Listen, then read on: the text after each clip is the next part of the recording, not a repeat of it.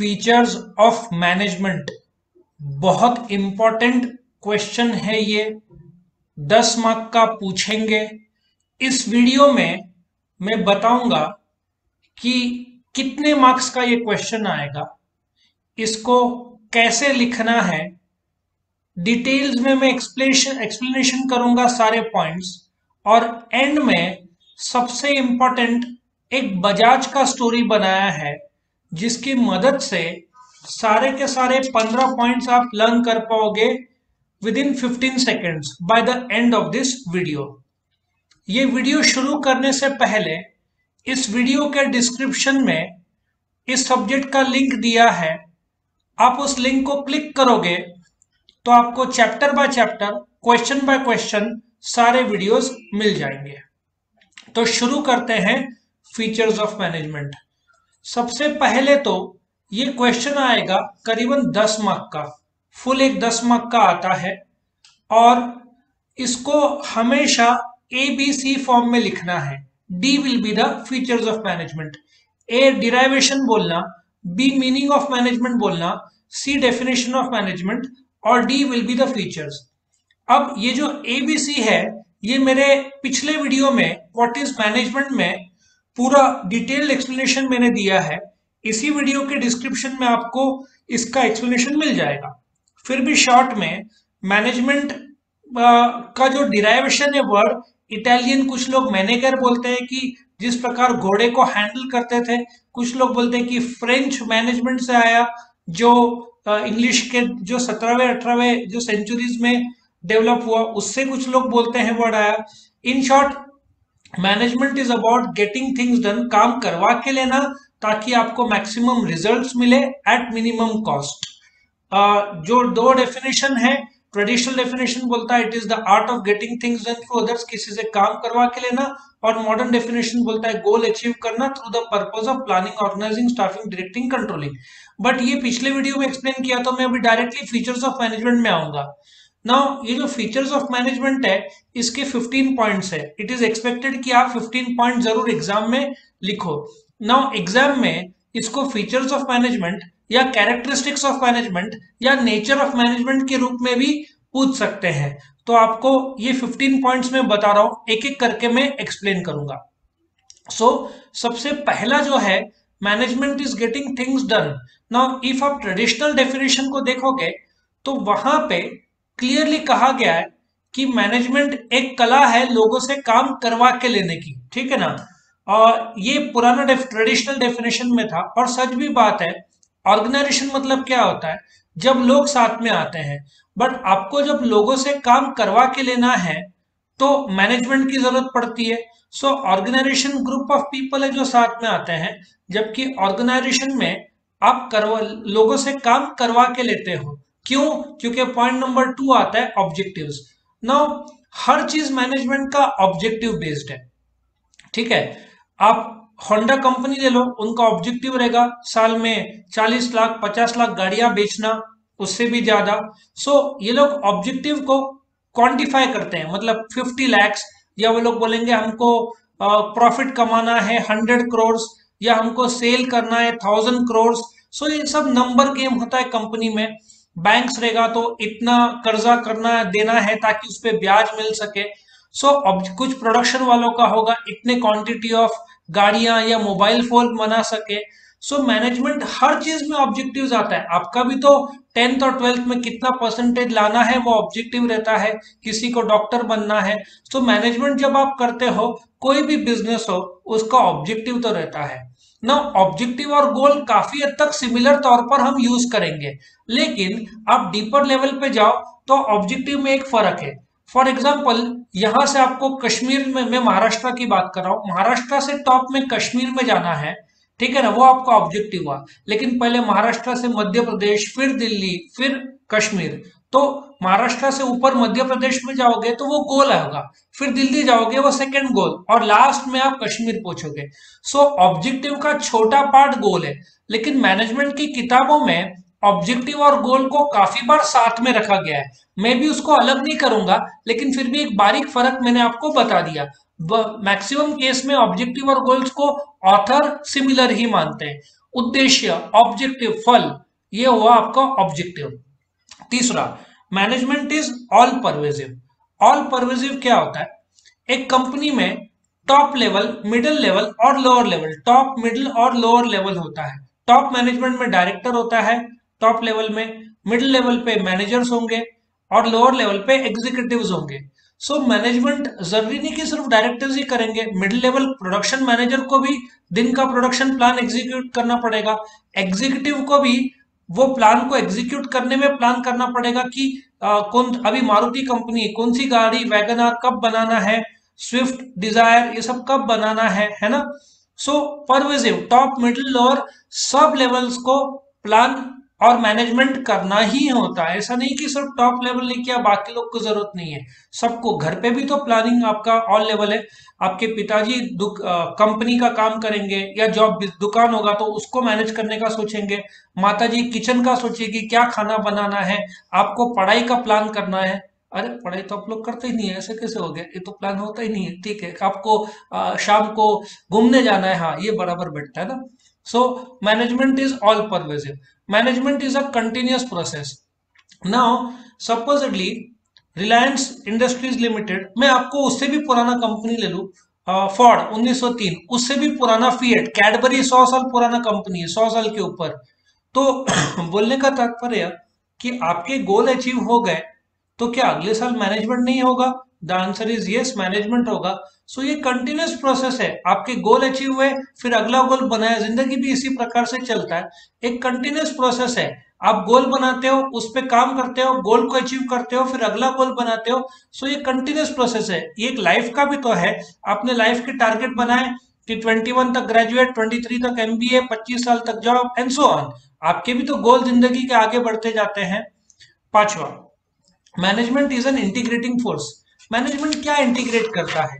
Man, money, machine, materials, ये सब को इंटीग्रेट करता है। ये सब क्या हुआ? रिसोर्सेज हुआ। क्यों इंटीग्रेट करता है? To achieve a given results, correct. So management integrate करता है मैन, मनी, मशीन, मटेरियल्स को, ताकि वो गोल अचीव किया जा सके, ठीक है ना। उसके बाद management is a group phenomenon. Now एक अकेला आदमी, एक सिंपल सा डॉक्टर ले लो सर्जरी का, if he is doing a surgery, उसको जैसे ऑपरेशन के लिए कैंची जिसको स्कैल्पल बोलते हैं, ठीक है ना, उसको एनेस्थीसिया देने वाला अलग डॉक्टर की मदद लगेगी, चीरने के लिए नॉर्मली कोई और रहेगा, देन अंदर का सर्जरी वो करेगा, सिलने के लिए कोई और रहेगा, मददगार अंदर के अलग लोग होंगे। सो हर चीज में आपको ग्रुप फेनोमेनन लगेगा। कॉलेज भी कैसे चलता है? कॉलेज में प्रिंसिपल रहता है, टीचर्स रहते हैं, एडमिनिस्ट्रेटिव स्टाफ रहते हैं, वॉचमैन रहते हैं, क्लीन करने वाले लोग रहते हैं।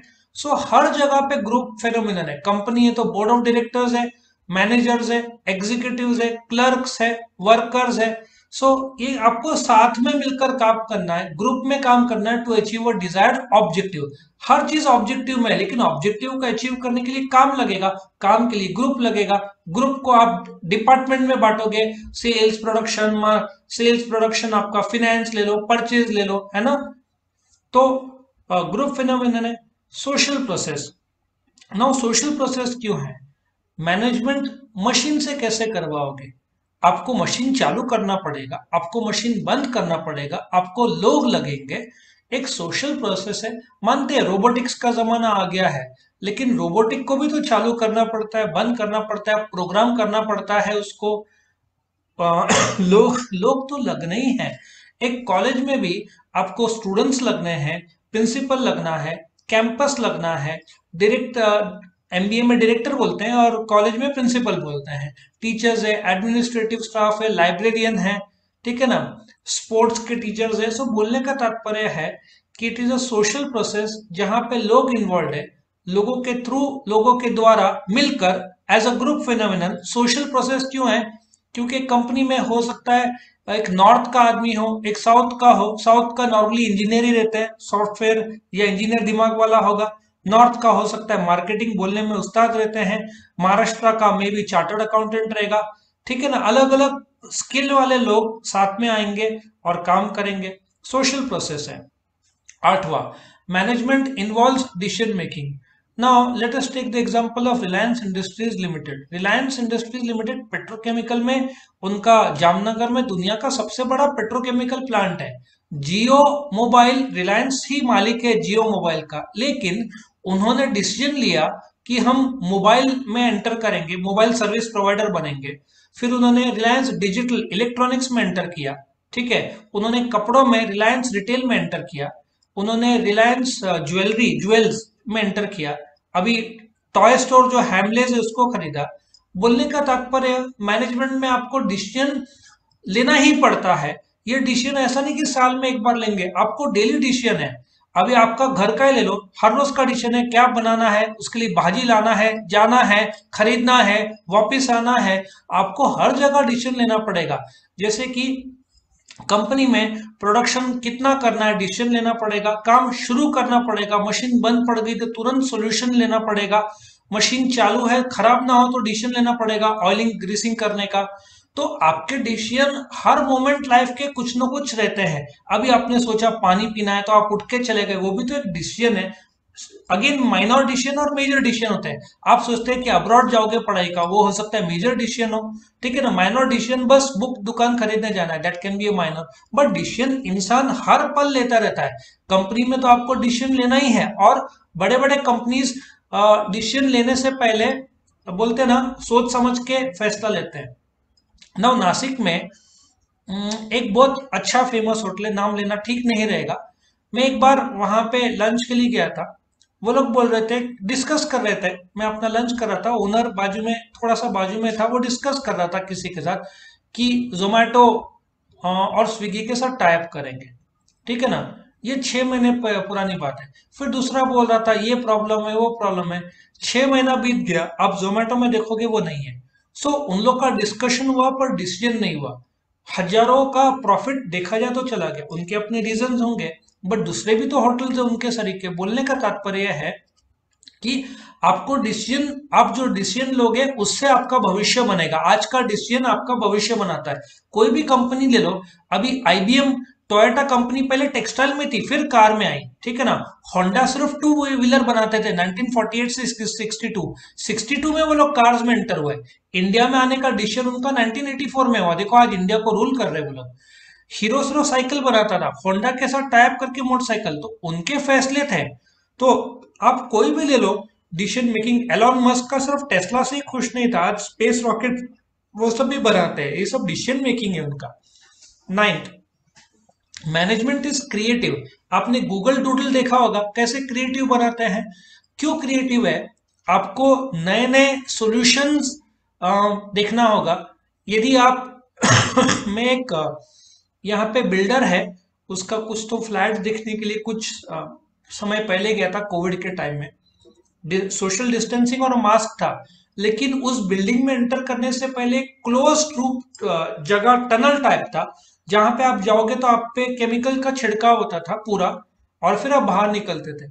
सो क्रिएटिव लोग हाथ में आपके बोलते हैं ना, जो भी डेटॉल या जो भी लिक्विड हाथ में लगाएंगे, but what about the entire body. क्या आपका कोविड सिर्फ हाथ में है और कहीं नहीं है। सो पूरा उन्होंने ये किया। सो बोलने का तात्पर्य है कि management is a creative process.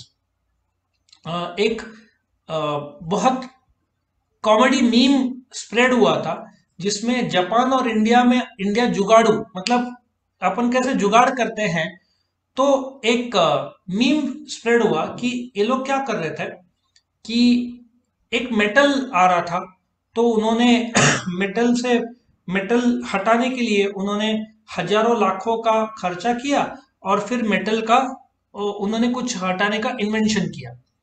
India वालों ने सिंपल सा एक मैग्नेट लगाया, जहां मेटल आया तो वो खींच लेता था, बाकी प्रोसेस जाता था। सो क्रिएटिव प्रोसेस आपके लाइफ में भी हर चीज में क्रिएटिव होता है। मैनेजमेंट को क्रिएटिव करना ही पड़ता है। कई बार इसमें टेक्नोलॉजी आ गया। मैं आपको एक तरीका बताता हूँ। विप्रो जैसी कंपनी, अभी वर्क फ्रॉम होम चल रहा है, ठीक है। अभी कंपनी में कैसे होता था कि आपको कुछ प्रॉब्लम आया तो आप मैनेजर के पास जाते थे। आजकल आप मोबाइल में ही ऐप में एक टिकट रेज करते हो, फिर वहां से मैनेजर को जाएगा और फिर he will get back to you. So आजकल क्रिएटिव में मेजॉरिटी आपका app based, mobile based, technology based, laptop, ये सब इन्वॉल्व हो गया आज का क्रिएटिविटी। जैसे कि बॉश में एक कंपनी, जो बॉश कंपनी है जो पंप्स बनाती है ऑटोमोबाइल के लिए, आप रॉ मटेरियल डालो तो 28 प्रोसेस करके वो डायरेक्ट फिनिश प्रोडक्ट निकालती है। सो क्रिएटिव तरीके से बनाया गया। सो 28 लोग की जरूरत ही नहीं पड़ती, इट्स अ क्रिएटिव प्रोसेस। ठीक है, आपको नया नया 100 साल पहले आप लोगों से काम करवा के लेते थे, आजकल टेक्नोलॉजी की मदद से काम बहुत फास्ट होता है। करेक्ट। मैं एक अगेन एक बहुत कॉमेडी वीडियो है जिसमें एक जो बोलते हैं ना ऑनलाइन स्टडी किया हुआ कम नॉलेज वाला ऑनलाइन, जो एक डेटा इंजीनियर को, एक बहुत कॉमेडी, आप देखना कॉमेडी डेटा इंजीनियर गूगल में डालना, तो उसका मैनेजर आके उसको बोलता है ये 1,500 डेटा है, I think it was hotel industry का या हॉस्पिटल इंडस्ट्री का, आप डेटा फीड कर दो। ठीक है ना, तो पहले फीड कर दो, बाकी का दूसरा काम करना। अब इसको पता नहीं रहता है, ये एक एक एक करके सवेरे से रात तक फीड करता है। मैनेजर आता है, बोलता है हुआ कि नहीं, ये बोलता है कि भाई मैंने दोपहर को खाना भी नहीं खाया और मैंने 600 डेटा अभी तक फीड किए वो। मैनेजर बोलता है क्या अभी तक 600? मैनेजर फिर कंप्यूटर में कुछ सॉफ्टवेयर के लैंग्वेज एक लाइन टाइप करता है, एंटर करता है, 1,500 डेटा एक साथ फीड हो जाता है। अब ये ऑनलाइन शॉक हो जाता है कि इसको नॉलेज नहीं था। तो मैनेजर उसको बोलता है तू ये कंपनी मत छोड़, तू ये कंप्यूटर का ही फील्ड छोड़ दे, तेरे लिए फील्ड नहीं है। सो क्रिएटिव मतलब क्या, मैनेजर को पता था कि किस प्रकार से सॉल्यूशन लाना है। सो बोलने का तात्पर्य है, आजकल जैसे पहले अकाउंट्स आपका मैनुअल होता था, आजकल सब क्रिएटिव टैली पैकेज में होता है, उसमें भी आजकल क्रिएट नए नए नए अपडेशन आते रहते हैं। 10th, management is a universal process. अब अमेरिका का ले लो, वहां का जो देश चलता है, क्या मैनेजमेंट नहीं है? इंडिया का देश, एक साई बाबा संस्थान ले लो, आपका कॉलेज ले लो, एक हॉस्पिटल ले लो, हॉस्पिटल में भी तो सर्जरी का प्लान करना पड़ता है, कौन सा सर्जरी कब करेंगे। ठीक है ना, ये सब सर्जरी भी प्लान होगा। तो ये एक दुकान को भी मैनेजमेंट करना पड़ता है, आपका घर का भी मैनेजमेंट करना पड़ता है। So it is a universal process. कोई ऐसा नहीं कि कोई एक ही कंट्री या स्टेट को मैनेजमेंट करना है, पूरा देश, पूरा कोई भी देश या कोई भी कंपनी या कोई भी दुकान या कोई भी फैमिली, सबको मैनेजमेंट करना है, यूनिवर्सल प्रोसेस है। Management is multi disciplinary. अब क्या होता है, मार्केटिंग जो डिपार्टमेंट है या मार्केटिंग मैनेजर को फैसला लेना है, तो वो मार्केटिंग एग्जीक्यूटिव को बोलेगा जरा स्टैटिस्टिक्स बता, पिछले 3 साल में अपन ने कितना सेल किया है। ठीक है, फिर वो देश का इकोनॉमी स्टडी करेगा। ठीक है, फिर वो साइकोलॉजी देखेगा अभी का क्या चल रहा है। ठीक है ना, तो बोलने का तात्पर्य है कि आपका एक सादा पर्स ले लो, जेंट्स का जो पर्स आता है, जो आई थिंक टाइटन का, कौन सा कंपनी है, आई थिंक टाइटन का है, किसी का पर्स बहुत अच्छा आता है। पिछले साल मैंने देखा था वो 1400 का पर्स था। सेम पर्स अभी वो लोग बेच रहे हैं 900 रुपीज में, सेम पर्स। दाम कम करने का सबसे बड़ा कारण, उनको पता है कोविड के बाद लग्जरी चीज, इतना महंगा पर्स बिकम्स अ लग्जरी, नहीं बिकना है, तो उन्होंने दाम कम कर दिया। बनाने का कॉस्ट कितना होगा, 200 300 400। सो ये लोगों ने साइकोलॉजी यूज किया। क्यों आपके जो रिचार्ज है वो 999 रहते हैं और 1000 नहीं, 1000 इंसान को बड़ा दिखता है, 999 छोटा दिखता है। सो मैनेजमेंट साइकोलॉजी यूज करता है, इकोनॉमिक्स यूज करता है, स्टैटिस्टिक्स यूज करता है, मैथ्स यूज करता है, और ये अलग अलग मल्टी डिसिप्लिनरी या इंटरडिसिप्लिनरी मीन्स कि मैनेजमेंट अलग अलग जगह से डेटा, अलग अलग सब्जेक्ट से डेटा लेता है फैसले लेने के लिए। करेक्ट, तो इसलिए इसको मल्टी डिसिप्लिनरी या इंटरडिसिप्लिनरी बोलते हैं। 12th, management is intangible. आपने मुकेश अंबानी को मैनेज करते हुए देखा नहीं होगा, लेकिन रिलायंस का प्रॉफिट इस बार 8,500-9,000 करोड़ आया, उनका टर्नओवर 6 लाख करोड़ के ऊपर है। सो आप रिजल्ट्स देखते हो। मैनेजमेंट इज इंटेंजिबल, मैनेजमेंट होते हुए आप देखोगे नहीं, बट उसका नतीजा आप जरूर देखोगे। ठीक है ना, so excuse me, so management intangible है but you can see the results. Process देखना बहुत कठिन है कि लोग अपना अपना काम कर रहे हैं, शायद आपको समझेगा भी नहीं काम क्या है, but you can see the results, correct. जैसे कि आप प्लेन में गए, प्लेन उड़ रहा है अपने आप, उड़ अपने आप मतलब पायलट है, एरोस्टेस अपनी पानी और सब तैयारी कर रही है, सब रिदमिक और अच्छे तरीके से चल रहा है। आपको शायद वो दिख नहीं रहा है बट प्लेन अपनी जगह पे काम कर रहा है, उड़ रहा है, एरोस्टेस अपना तैयारी कर रही है। So you cannot see but आप अपने डेस्टिनेशन में पहुंच जाओगे। आपने प्रोसेस शायद पूरा देखा नहीं बट नतीजा आपने देख लिया, वो वाली बात है मैनेजमेंट का। उसके बाद मैनेजमेंट इज अ प्रोफेशन। सी, अभी एक शार्क टैंक आपने देखा होगा एपिसोड, जिसमें 7-8, 6-7 तो एटलीस्ट थे जो कम एज में हाई एंड अचीवर्स थे। आपने यदि उनका क्वालिफिकेशन देखा होगा, कोई चार्टर्ड अकाउंटेंट है, किसी ने कनाडा में पढ़ाई किया, कोई आईआईटी में है था, कोई आईएम्स में था, सब हाई क्वालिफाइड। सो बोलने का तात्पर्य क्या है, मैनेजमेंट प्रोफेशन का रूप ले चुका है पूरे तरीके से। आज आप सीखते हो अच्छे जगह से और फिर वो नॉलेज अप्लाई करते हो स्टार्टअप और आपकी कंपनी में। सो प्रोफेशन होने के लिए एक प्रोफेशनल एग्जाम्स चाहिए, रिजल्ट्स होना चाहिए, नतीजा होना चाहिए, आजकल सब है ये। सो मैनेजमेंट अभी प्रोफेशन बन गया है। जैसे चार्टर्ड अकाउंटेंट का प्रोफेशन है, वैसे मैनेजमेंट का भी प्रोफेशन है। आईएम्स अहमदाबाद जो कि इंडिया का one of the best institute है, बहुत सारे मैनेजमेंट के कॉलेजेस है। 20 साल पहले नासिक में सिर्फ 20 भी नहीं, 22 से 23 साल पहले नासिक में 4 कॉलेजेस थे एमबीए के। आज 20 कॉलेजेस, 20 के ऊपर है कॉलेजेस। सो प्रोफेशन का रूप ले चुका है, काफी लोगों ने एडमिशन लिया है, ठीक है। 14th मैनेजमेंट, इसका जो प्रोफेशन साइंस और आर्ट, आने वाले लेक्चर्स में, आने वाले वीडियोस में आपको और डिटेल एक्सप्लेनेशन दिया जाएगा। उसमें शॉर्ट नोट होगा मैनेजमेंट एज अ प्रोफेशन, उस पर मैं डिटेल एक्सप्लेनेशन दूंगा। नाउ आगे, management is both a science and an art. ये भी आने वाले वीडियो में डिटेल एक्सप्लेनेशन दिया जाएगा। उसमें 2 वीडियोस होंगे, मैनेजमेंट एज अ साइंस का अलग होगा, मैनेजमेंट एज एन आर्ट का अलग होगा। लेकिन फिलहाल मैं शॉर्ट में बता दूं।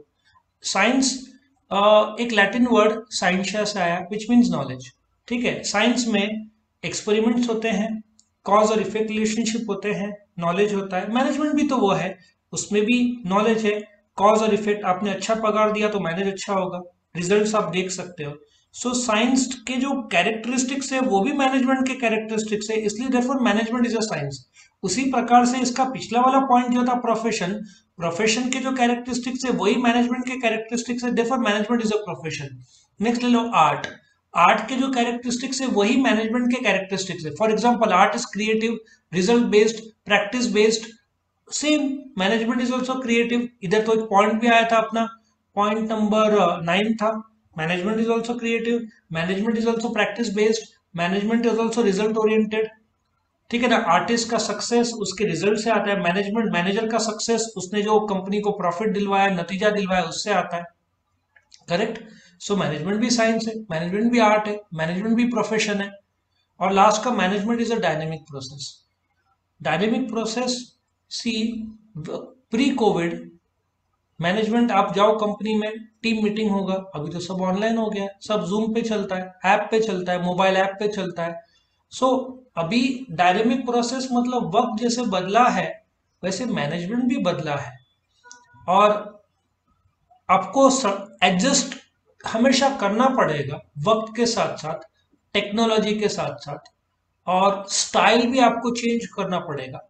1960-70 के जमाने के लोग का management style could be outdated, अभी सब मॉडर्नाइज तरीके से काम होता है।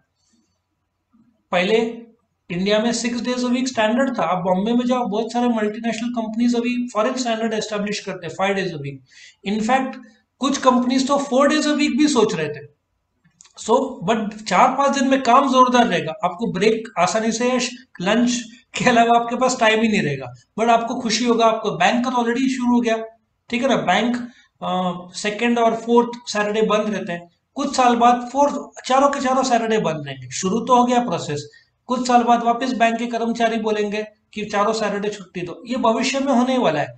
वर्क वीक सिर्फ हमारे जैसे टीचर्स बेचारे 6-6 वीक लड़ते रहते हैं, हॉस्पिटल के डॉक्टर्स भी 6-6 दिन। सो कुछ लोग का लाइफ शायद 6 दिन में जाएगा, बट जो जॉब करते हैं उनके लिए 5 डेज अ वीक या 4 डेज अ वीक भी शायद भविष्य में हो जाए। तो इस प्रकार से ये 15 पॉइंट है। अच्छा, ये 15 के 15 पॉइंट आपको रट्टा मारने की कोई जरूरत नहीं है। मैं अभी आपको एक स्टोरी बताऊंगा जिससे आपको 15 के 15 पॉइंट लर्न हो जाएंगे। जैसे ही स्टोरी खत्म हो जाएगा आपको 15 सेकंड में ये 15 के 15 पॉइंट्स याद रहेंगे। तो अभी मैं शुरू करता हूँ ये स्टोरी। नाउ ये स्टोरी है, मैंने बजाज का एग्जांपल लिया, एक एज्यूम्ड स्टोरी है, ठीक है ना। सो इंडिया की भारतीय कंपनी है Bajaj. So let us come to the first point. First point क्या है? Management is getting things done through is done getting things done, ठीक है ना, पहला पॉइंट। अब सिंपल सा लॉजिक, कंपनी में सबसे टॉप में कौन होता है? मैनेजिंग डायरेक्टर, डायरेक्टर का हेड। सो मैनेजिंग डायरेक्टर अलग अलग डिपार्टमेंट से काम करवा के लेगा, बराबर है। ये पहला managing director. Managing director will get the things. अभी मैनेजिंग डायरेक्टर से थोड़ा नीचे आओ, डायरेक्टर डिपार्टमेंट, उसमें सेल्स डिपार्टमेंट में आओ। सेल्स डिपार्टमेंट ऑब्जेक्टिव रखेगा, ये पॉइंट नंबर 2 है। तो वो चाहता है कि 2 लाख पल्सर बेचना है। सो मैनेजिंग डायरेक्टर अलग अलग डिपार्टमेंट लोगों से काम करवा के लेगा, गेटिंग थिंग्स डन। दूसरा, management is based on objectives, मतलब सेल्स मैनेजर बोलेगा, सेल्स मैनेजर बोलेगा कि मेरा ऑब्जेक्टिव है 2 लाख पल्सर बेचना। अब 2 लाख पल्सर बेचना है तो production all pervasive, production manager को परवाह नहीं है, एज्यूम स्टोरी है। वो बोलता है मुझे कोई परवाह नहीं है, वो 2 लाख रिक्शा बना देता है, ठीक है ना। वो बोलता है कि भाई 2 लाख पुष्पा, पुष्पराज झुकेगा नहीं, वो बोलता है भाई मैं रिक्शा बनाऊंगा। उसने रिक्शा बना दिया। सेल्स मैनेजर ने पल्सर बनाने को बोला था, पुष्पराज ने, पुष्पा ने रिक्शा बना दिया, उसको परवाह ही नहीं। सो पहला पॉइंट क्या था? Managing director will get the things done.